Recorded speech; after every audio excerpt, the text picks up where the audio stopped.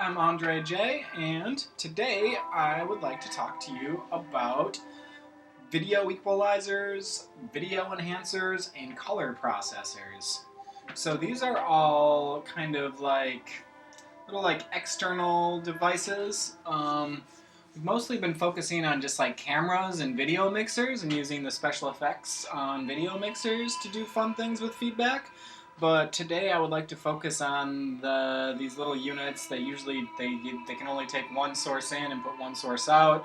They usually have no kind of time base corrector or any sort of way to like reconstruct signals out of them. And they can be found usually for like pretty cheap, more or less, and they have some really interesting and fun things that you can do with them. So let me just give you a tour of what we're working with right now. We've got, so, set this up a little better. The camera I'm using is this Sony broadcast camera. It's a CCD, 3CCD. I'm doing feedback off of this, I don't know, just a big consumer CRT that has some Pokemon stickers on it. And then, in order, we're going to be using this cheapo Videotech color processor that I picked up for dirt cheap on eBay. You can see it's got controls for contrast, saturation, and tint, and a little inverse thing which works pretty wonky. And then next we're going to talk about the iconic Archer video enhancer, and I'll tell you about, there's also, so this is a high pass filter for video that can do a lot of fun glitchy things, and the circuit for these has actually been reverse engineered and is open source now, so if you want to build one of these, you can actually just get your own PCB made for this and put it together yourself with some pretty fun extras on it. And then we'll be looking at the Vidionics Video Equalizer after that. So this is a bit more, these two are pretty analog beasts. Whereas the Vidionics, if you're familiar with any of the other Vidionics stuff, is digital as all heck. So we're going to be seeing some pretty different stuff out of both of these. But for the controls on this, you can see that we've got a noise reducer, we've got sharpness, there's contrast, brightness, color, and tint, and then there's a little colorizer effect on here too, which is something that the other ones don't have. The mixer I'll be using for all of this is the Panasonic MX30, which is essentially a smaller version of the MX50 with like, you can't do chroma keying on it, you can only do luma key, but otherwise it's a pretty fantastic video mixer in and of itself. And one of the main things that I wanted to use on this one is you've got the Downstream Key effect on here, which we're going to be doing some fun stuff with the internal keying. And then we'll also be using this color corrector and chroma enhancer that it's got on it too, because the Panasonics have a really nice like saturation effects that you can do on pretty much all of the Panasonic mixers that I have played with. So yeah, that's just an overview of what we're going to be playing with here. And so right now, the first thing I have set up, oops, let's try to get this set up a little bit better.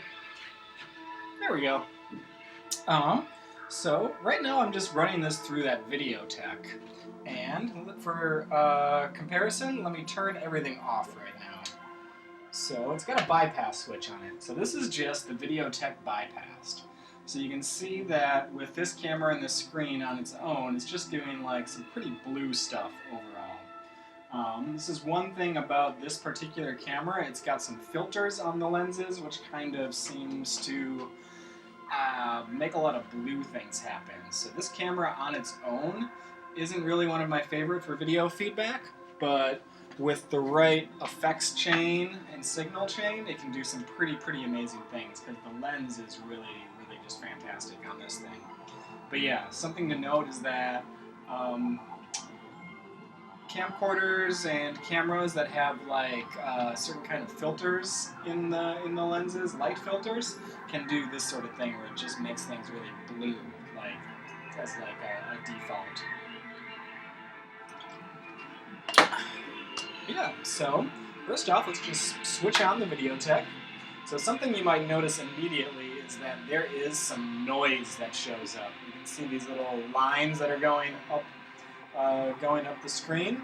And I'm guessing this is because this is kind of a dirty, cheap signal chain inside, and it's introducing some noise into everything.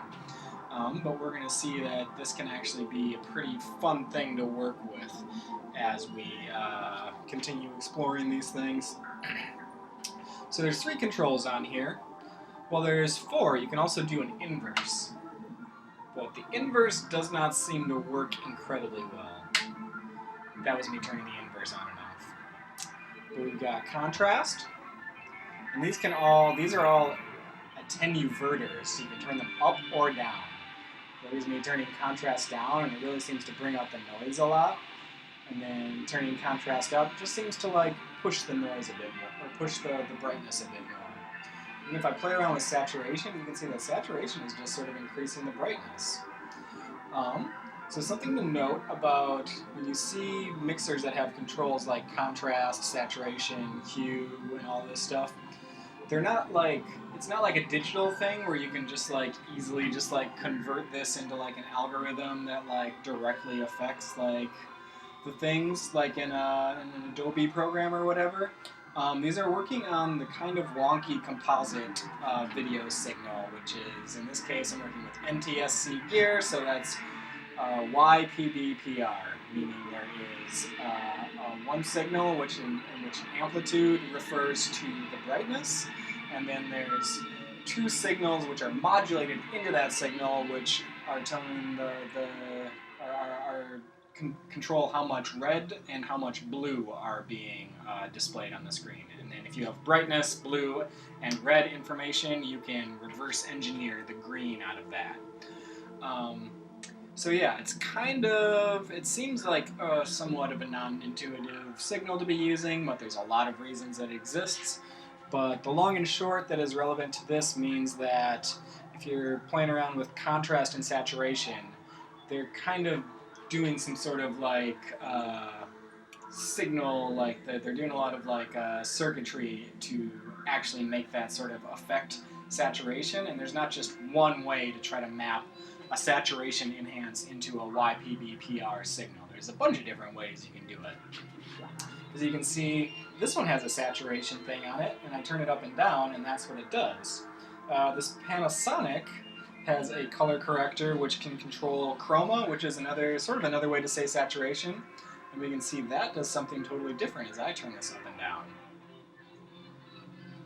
The long and short is that saturation seems to be very tied into brightness in this signal, though. At the very least when we're doing feedback. So that's contrast all the way up, saturation all the way up and down. But the really fun thing that happens with this particular unit I've noticed is playing around with the tint. So if I crank tint up, let me get this set up a little better over here. Then, I'm seeing all kinds of rainbow zones just a second ago. I wonder if I need to change the specular light in this room. Probably do.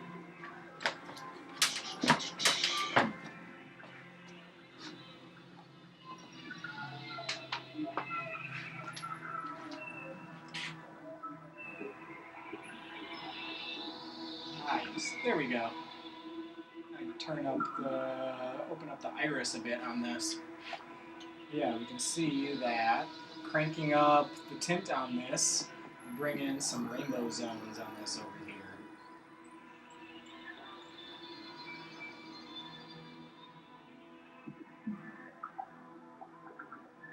And here's a pretty fun one right here. So the tint allows you to dial up or dial down, sort of like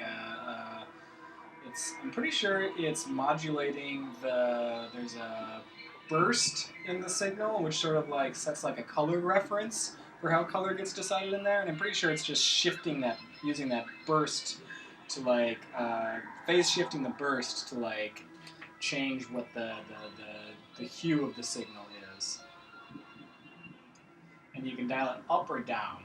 And this is working in a fairly similar way to like how if you have like a phase control on a broadcast PVM, it'll do some similar things, but it's kind of overcharged. It's a lot hotter than that one, as far as I can tell. If you dial it in right at this just like sweet spot right here, you can see that we're getting these like fun little wormy patterns happening. And this is the reaction diffusion kind of things that I always like to see in video feedback. Let's see if I can coax some more out. Ooh. Yeah, there we go.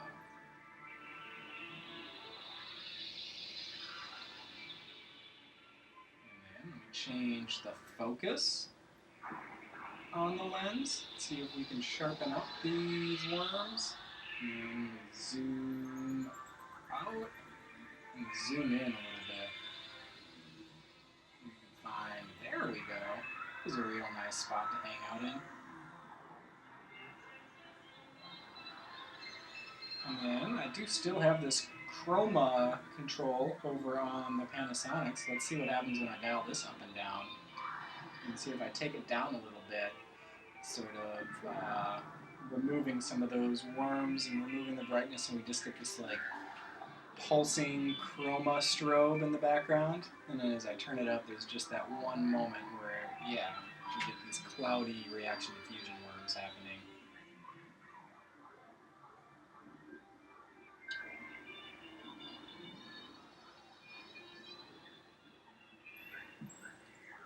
Yeah, so seems kind of simple in and of itself, right?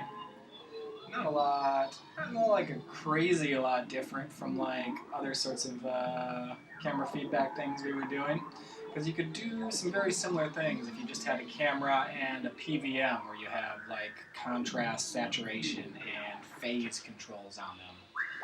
But one of the neater things about these kind of units and playing around is that you can also, instead of, so we could do this sort of stuff with the PVM, just sort of like hardware or like a physical solution to that sort of a thing by just controlling how the light is displayed. But we could also, since we have this nice little piece of hardware which is controlling things, and it's kind of funny, I pick it up and I drop it and it changes the total amount of brightness on it. The nice thing about analog gear is you can just kind of like hit it and it changes. I mean, that'll work for like digital gear as well too. I have a Vidionics mixer that I have to usually like drop a couple of times to get it to boot up correctly. But we can take this and then I set this up so it'll switch over to an internal signal loop, and let's try that right now.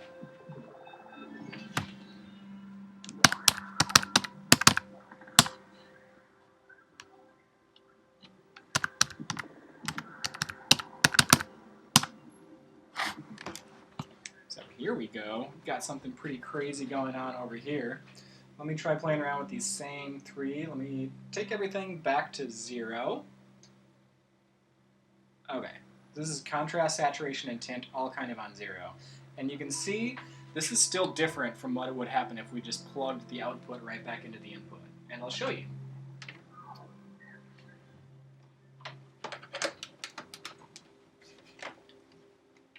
So this is without the Videotech equalizer in there. And you can see this is pretty crazy different from what was happening before.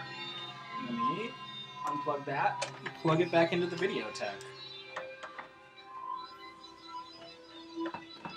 There we go. So, like I think I've mentioned this a bunch of times, but whenever you're doing like internal feedback on a video mixer, like just anything you can put in between the signal chain will change what's going on. This is just, well, this is a pass-through signal right here. And this is the enhancer circuit on, but nothing's like changed at all. But yeah, so let me just move the contrast up and down. We can kind of see what happens there. Sort of makes the bands like a different shape. So that's pretty fun. We can change the saturation. And like before, saturation is doing a lot to the brightness here. If I pull saturation pretty much all the way down, we kind of lose everything. And as I dial it back in, we get this sort of cloudy coral reef thing happening. And then tint is going to be the real fun one here. So we jack up saturation so we can see more of what's happening with tint. As I dial it down a bunch, it moves the speed in one way. You can see if I dial it up again, it moves the speed in the other way. So we can basically use the tint on this to control the direction of the flow here. So that's pretty awesome. And then let's just see what happens when I do some of the downstream key. So downstream key, I've mentioned this a couple of times before. When you use downstream key on an internal feedback line, it's pretty much like a cellular automata machine. So let me just start to dial it up a bit, and there we go. It's already doing something pretty wacky. So because the downstream key is keying based on brightness values, anything you do to control and change around the brightness of the signal that you're feeding into it is going to have a giant effect on the downstream key. So I'm playing around with the saturation and contrast knobs on this right now. You can see all kinds of crazy stuff is happening.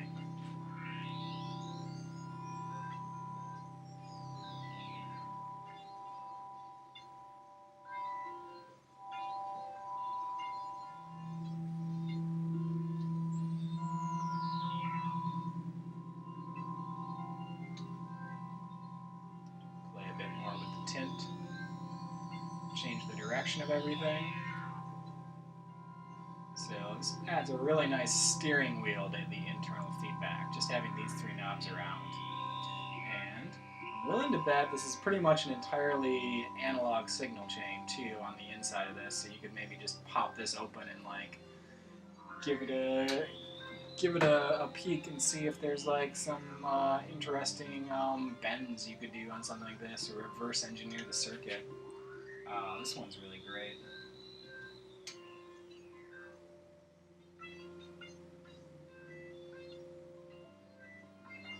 You can also change, if I do the posterization on this channel,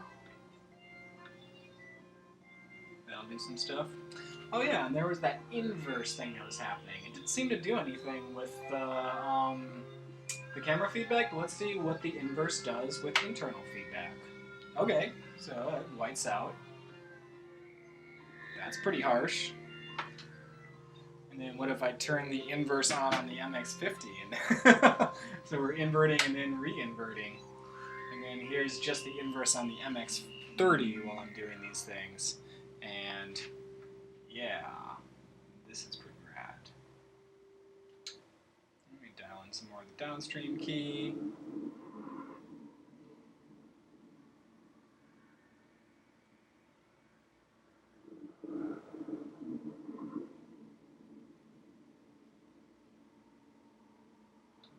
But yeah, pretty amazing stuff from a really, really simple, cheap, kind of junky thing I found on eBay.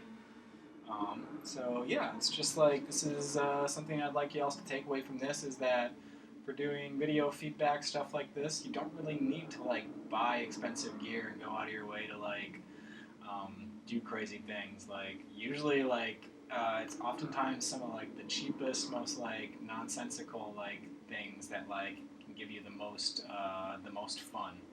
The most important thing is usually just having controls. The more, if you see potentiometers and sliders on the thing, knobs and sliders, that's always a good sign for something that you can do something fun with. But yeah, and now let's check out the Archer Video Enhancer.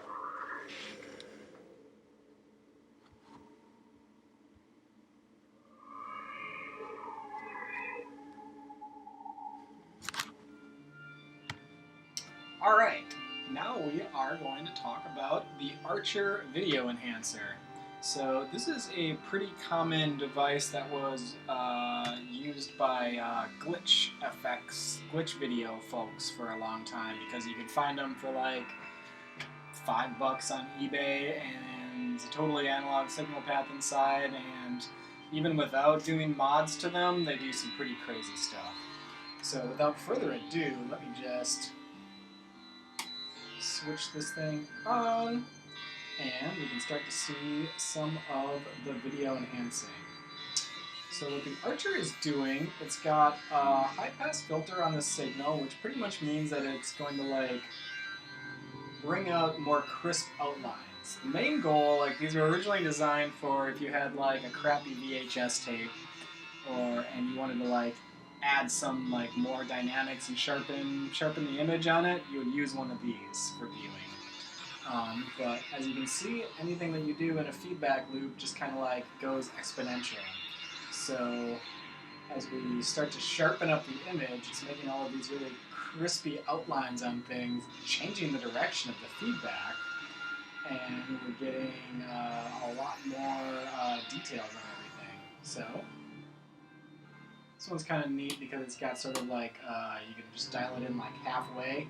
And here you can see it's just like halfway on the screen, and like that side of the screen is just sharper than the other in terms of like making these like weird rainbow reaction diffusion worms, and then we've got it on the entire screen, and it's doing all of it now. So that's pretty awesome. And then there's another knob which controls how much sharpening is done, and you can see as I move these things around, there's no time-based correction happening here. The signal, like everything we're doing to the signal, is also sort of like doing some low-key fuckery to like the H and V sync on it. So it makes it a little bit unstable, which can be pretty fun. Can be frustrating for some folks, but here I am just dialing up. You can see there'll be a certain point when I like dial up the enhance knob enough, and it'll just kind of like, here we go. This is all the way up, and it's just like, wow, cannot handle this at all. But then you can find this sort of like a sweet spot in there where it's like pretty high, and it's doing a lot of crazy stuff, but it's not totally destroying the signal. And then there's also this VNR knob on these, which I'm guessing is some kind of a noise reduction thing.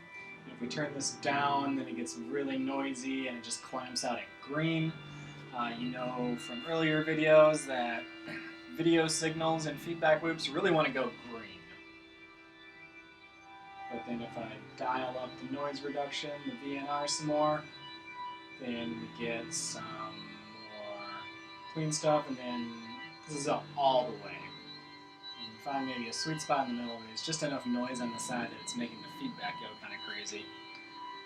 And yeah, let me try playing around with some of the stuff on the Panasonic now. So I can turn on the Downstream Key, try to key that in.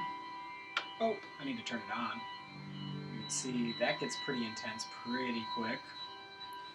Maybe I turn down noise reduction while I'm playing with that. I'll try to find some more subtle bits in here.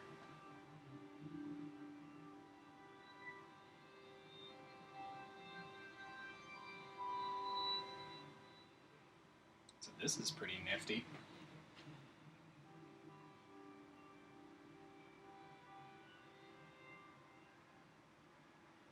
But yeah, as I mentioned earlier, the Archer video enhancers, you can still find these for like reasonably cheap on eBay, like $30 or so, seems like a fair price. But the circuit has been traced on this, and you can also just build your own if you would prefer. Or you can pick one up in a pre-built kit by Bastion at Syntony, and I'll try to include the links in the description for that too. But yeah, the traced circuit, Philip traced the circuit for this and made it open source. And yeah, it's a pretty awesome thing to do, and something that, like, I don't know, I think should happen a lot more in the video art world, because a lot of this stuff is, you know, it can get like hoarded by like people who are just like, you know, just trying to like, I mean, people are just trying to make a buck off this. People try to make their livings or whatever.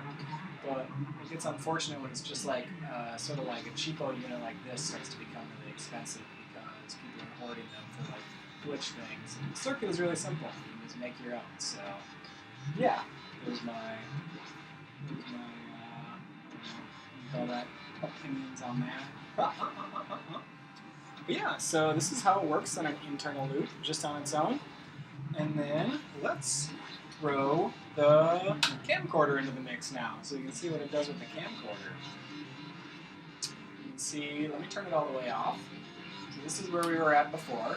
Remember, just the blue things happening. And then check out what this one does. So a question I get asked really often is, how do I get these sort of like reaction diffusion worms? knobs happening and things. And the answer is pretty much you want to have like some way to do sharpening. The main way I usually do it is with like an LCD screen or with like digital controls on what do you call it? On a CRT to add sharpening into the mix. But you can see that this works as a very unstable way to get some sharpening happening. Unstable because I'm really going to have to like tweak around with all of the various knobs on this to get a setting that doesn't like jerk all over the place. And you can see that we've still got a lot of that noise happening from, because I'm still running this through the video tech, so it's grabbing that noise and amplifying it as well, which I kind of like a lot. But I can understand some people get frustrated with that. But yeah, so this looks pretty great, and it's a real like handy shortcut to getting the reaction diffusion worms in camera feedback. Just a simple Archer video enhancer circuit. And now we've got this all set up, let me turn the Viditech back on. You can see that immediately was like, okay, this is a little too much. We're running it through 2 units that are fucking with the signal pretty hard, and there's no time-based correction until we get back into the Panasonic. So we'll definitely have to do some tweakery around here to try to keep things from going out of control too hard. Or we can do some tweakery just to like amplify all these things.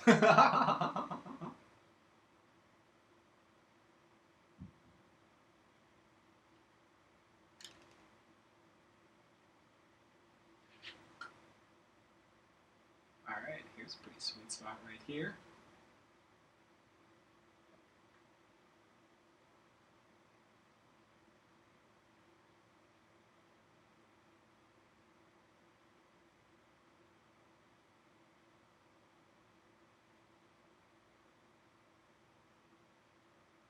Actually getting some subtle behavior out of these for a change.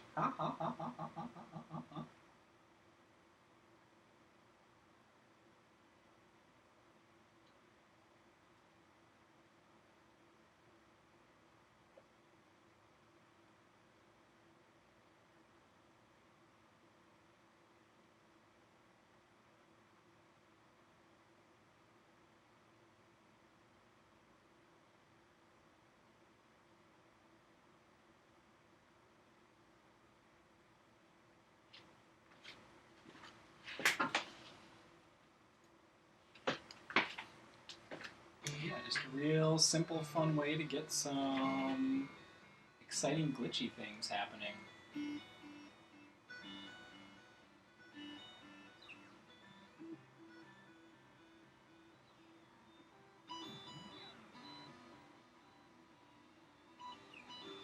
can try adding some posturization on the old MX30 over here.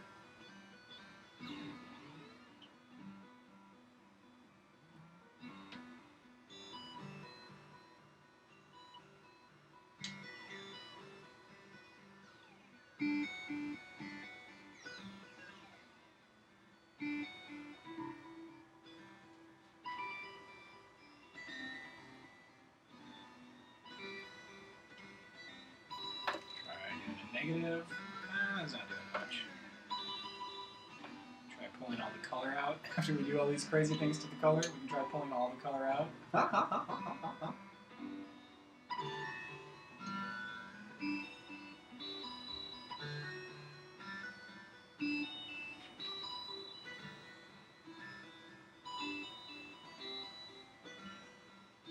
But yeah, so that's just a little bit of what you can do with these two together. And, oh yeah, I didn't do the two together with the internal feedback line. Let me do that for a moment, and then we'll move on over to the Vidionics Video Equalizer.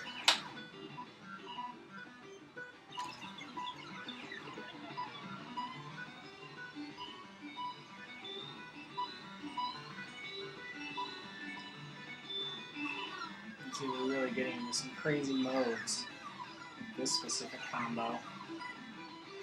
And we're really losing. Notice if I turn the contrast up a lot and then turn the enhance up a lot, I'm just losing the sync entirely and it just freezes up.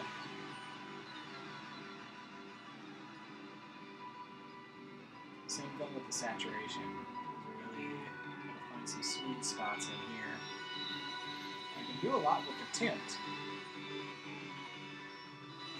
These two, the tint and the archer, seem to work pretty well together. Probably because the tint is just doing some things to the color submodulators and not doing anything to the brightness. So the color submodulators are at I think it's just doing the thing to the offsetting the burst, just setting the reference for the color. So that might not be like fucking around with the entire signal so much, because that would be like possibly at a different frequency from everything else. I don't really know. But I really like this sort of like waves thing that's going on the screen here. We're getting some serious depth happening.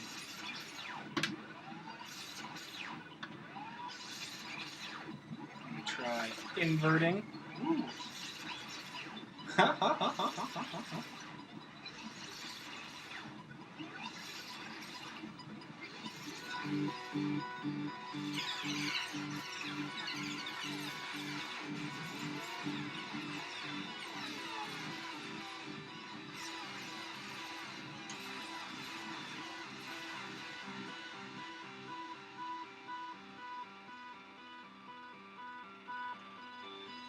Yeah, so that's some fun things you can do with this Archer video enhancer and some feedback loops. So next up, we're going to talk about, that'll probably be in a different episode, part 2 of this, we'll talk about the Vidionics Video Equalizer. Alright, so now let's talk about the Vidionics Video Equalizer.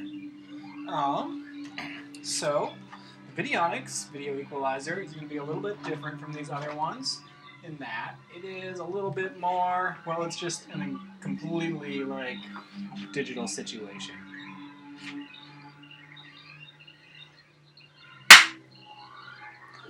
Alright, so now let's talk about the Vidionics Video Equalizer. So, this is going to be a bit different from the other two that we were working with, in that this one has a pretty much totally digital signal path happening here, where the video just gets tossed into a frame buffer and then does some digital trickery to it, and then it converts it back into a composite signal at the end of the chain. Like pretty much any of the Vidionics gear you can get to play with.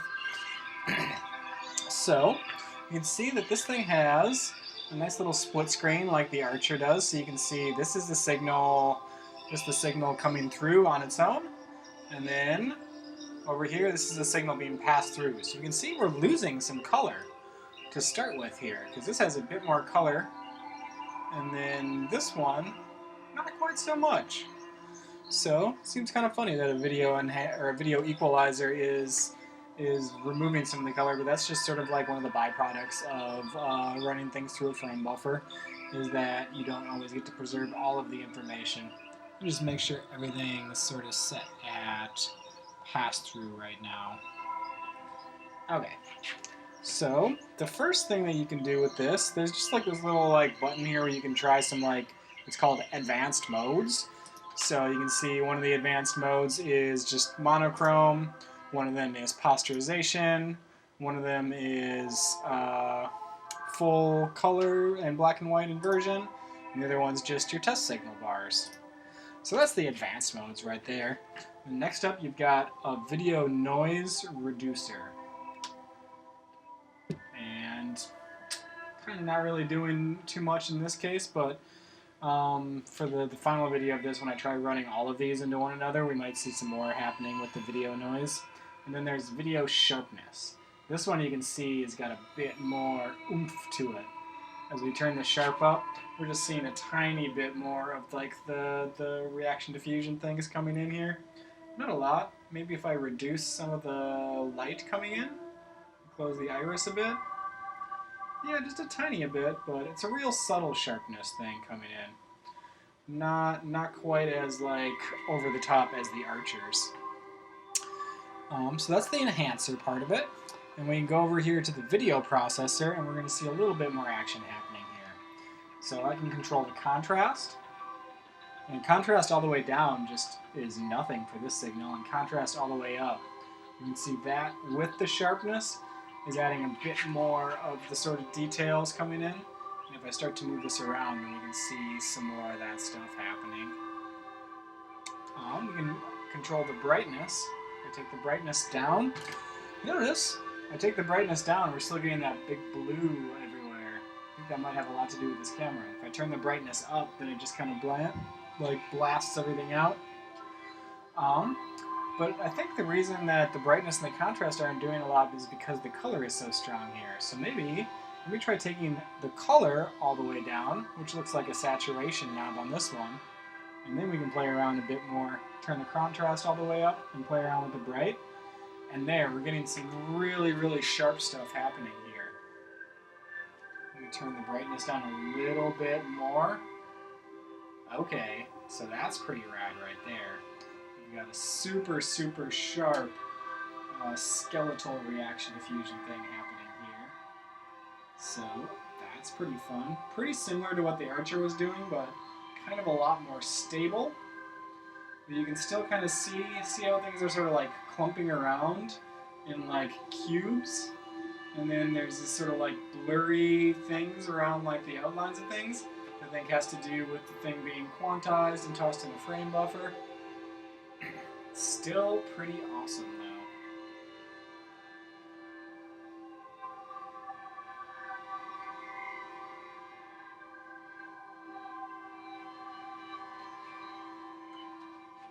Yeah, so let me turn the color back up a bit now.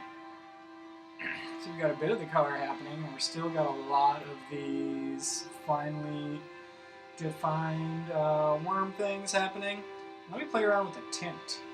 You can see I turned the tint up and we just lost all of that blue stuff. Or not all of it, but a good chunk of it. And as I turn tint down, we get the blue kind of turned all the way back up. We'll see what happens if I turn the saturation up and start to play with the tint some more. Ah, we're starting to see some hue cycling happening. Maybe if I turn the sharpness down some.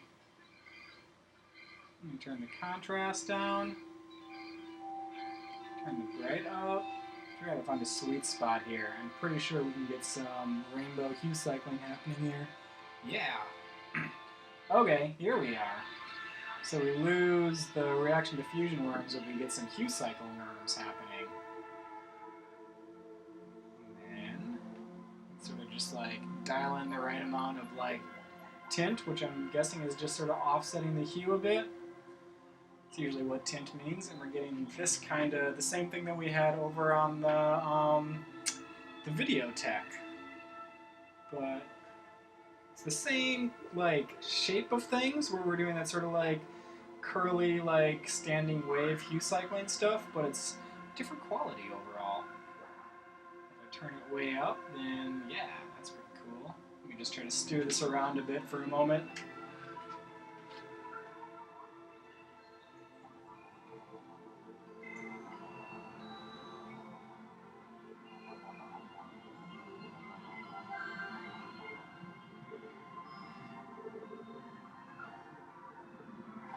The sharpness some more, what will happen?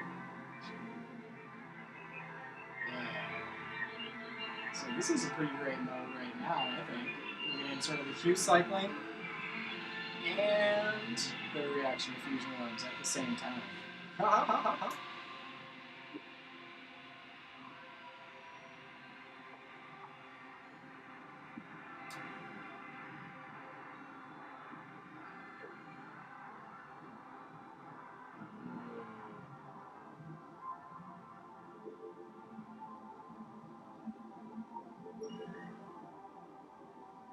Alright, that's a pretty amazing globe.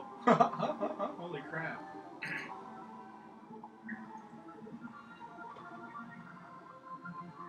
And then here I'm doing that split screen thing so you can see what the enhanced version is looking like compared to the other one. The other one's grabbing some color, but that I think is just sort of like the bleed through from the one to the other. Oh yeah, no, this one's got some of it going on as well. It's just not really cycling in the same way. It didn't just get trapped. Maybe a little bit on there. Yeah.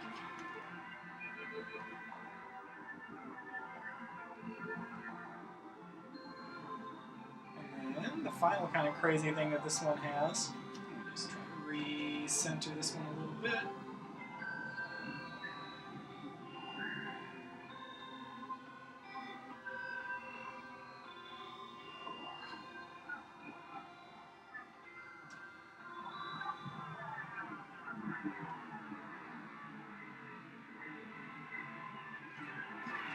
The fun thing that this has is something called a colorizer. So what this is actually, we turn it on, and then we can use these, like this weird color picker thing to grab a color, and then we basically key it out with the color that we select with the RGB here. So I'm selecting this blue here, and then let me see if I just remove the blue. Okay, that's kind of weird. Let me turn up the blue. So you've got these really coarse RGB sliders that you can play with. And the colorizer is definitely, it's not really like a true colorizer exactly. It seems to just be keying out the image and replacing it with like a matte color that you can select here, but you can't really select like a wide range of colors off of this thing. Yeah, if we turn it all the way up, it'll just select everything. You can see what happens when we mess around with these three colors. You can't really go too far off of any one of these things. Maybe if I can just select the white.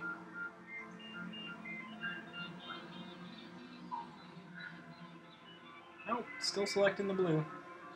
But yeah, so that's the colorizer on this. So that's some of the fun things you can do with this, and camera feedback, which is pretty great, I think. Turn this off. I guess I can't. Okay, there, that's off now. So now let's try this with the internal feedback line. And I think we'll see, as much fun as this was, we'll see a lot more crazy stuff with the internal. Alright, so here it is, just the exact same settings that we had. So let's play around with this video noise thing. So right off the bat, you can see it's doing some pretty nifty like digital things where it's just like slicing right down the middle, and it's got like a different, sort of a different quality to each side. Play around with the contrast. So the contrast just pretty much wipes everything out. And as I slowly start to bring the contrast back in, then we're getting that same diagonal line of separation. And we can play with the bright a bit as well. Whoa. Yeah, this is pretty awesome. Have the saturation in and out. Okay, so here's color removed pretty much entirely. So then kind of like, just sort of like do this, playing around with the contrast and the bright knobs, and we can just get this really drifty, fun drifty black and white. Barely even any grayscale happening feedback. That's pretty great. Turn this back up and then turn the color back up. Let's play around with tint. So you can see it's doing similar things to the tint as the other one was, where you can kind of like, we're not quite reversing direction here, but we're getting close. So tint all the way up is like this. This is sort of how we started up. And then let me put tint back down to a pass-through. And we're just kind of getting this kind of a thing, which is a bit more static. And as I turn tint into negative offset, we get this kind of a thing happening. It's like smooth lines. Well, they're pretty like digital jagged, but they're smooth enough if you like look from a distance. And then here, let me turn color all the way up and play around with tint. And that's where we really start to get some crazy undersea modes here. See what happens when we try to use the color picker in this mode. So the color picker, at the very least, you can do some pretty nifty things with just using the the color picker to like as a seed for feedback. Yeah, you can see playing around with it too much just kind of obliterates things, just like it was doing in the other one. So this specific colorizer is not exactly amazing for feedback, but it might be better for post-processing things. Just kind of like oftentimes how like colorizers work with feedback in general is it can get very chaotic to like do the colorizing in the feedback chain, but if you colorize things, if you do like black and white feedback and then add colorizers on the outside of that, and maybe that's what I'll do for my next episode, is talk more about just like how you can do post-processing for video feedback, but live post-processing, not like, you know, like editing or whatever. Because yeah, colorizers are pretty amazing for that. Yeah, let's try some of the downstream key things happening. Ha ha ha ha. That's pretty bonkers.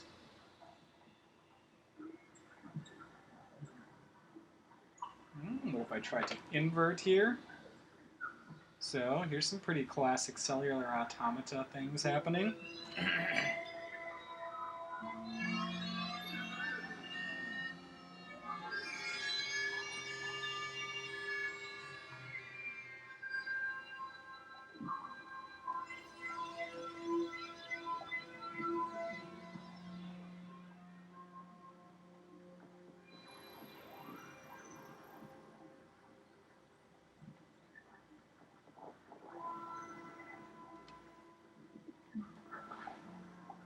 Awesome. So yeah, that's just some of the basic things you can do with this video equalizer and some feedback lines. And then next thing I'm going to do is just plug all of these together in one chain, do one complete loop through, and just start messing around and see what happens. And I think that's going to be a lot of fun.